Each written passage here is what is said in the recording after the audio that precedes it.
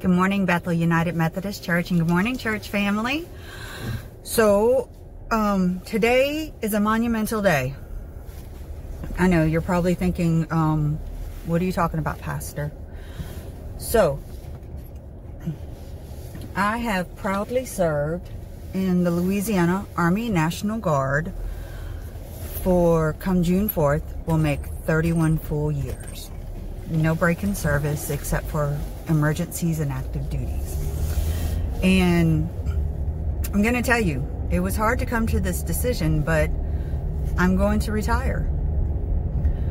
And I can tell you, I didn't want to at first. In fact, in the grand scheme of things, I was going to retire last year. But I was like, well, maybe not. Let me hold on. And I started thinking about, you know, and as this year has progressed, I've come to the realization that, yes, it's time for me to retire. And this is something I really, really need to do. I need to retire. It feels right and the timing's right. But it got me to thinking about how many of us hold on to things that we really don't need to. We hold on to them out of comfort. We hold on to them maybe out of fear. We hold on to them because we don't like the prospect of what the future brings. We see so many people go through that. I can tell you quite a few soldiers who, you know, had problems retiring because why? It almost looked as though the world was getting dark again. That they couldn't see the future past what was going on right then. So they held on. They didn't want to let go. And it got me to thinking about the entire gospel. The entire gospel.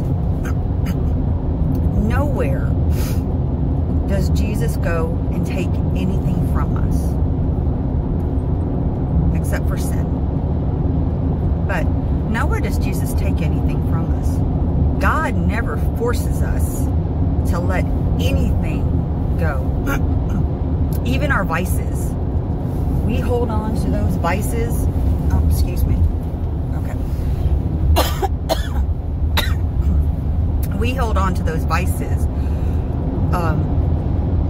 because they're comfortable sometimes.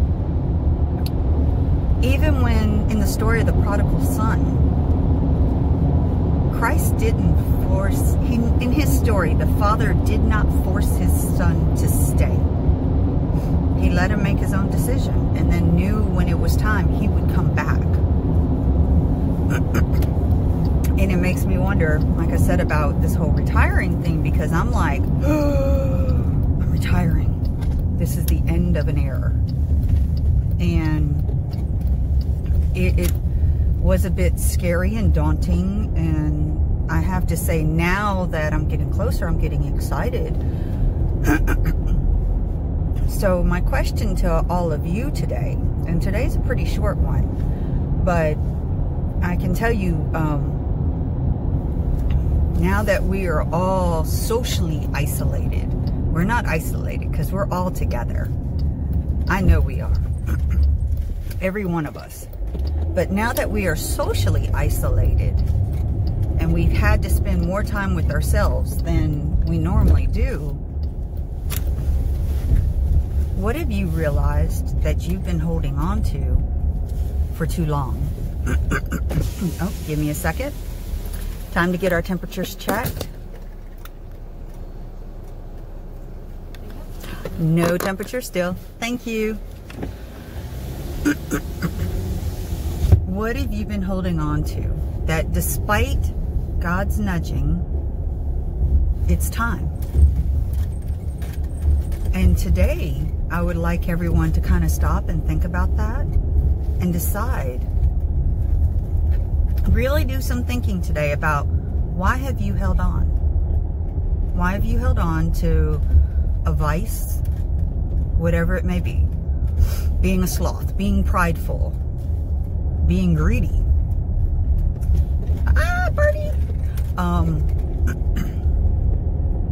being an alcoholic, which, you know, that's a whole nother sermon. Anyway, that's about overindulgence, but crazy. Maybe ending a chapter in your life that it's time to. Ooh, you can't see me if I do that. Okay. Ending a chapter in your life, moving to a new position. Whatever the case may be. What are you hanging on to despite God's nudging?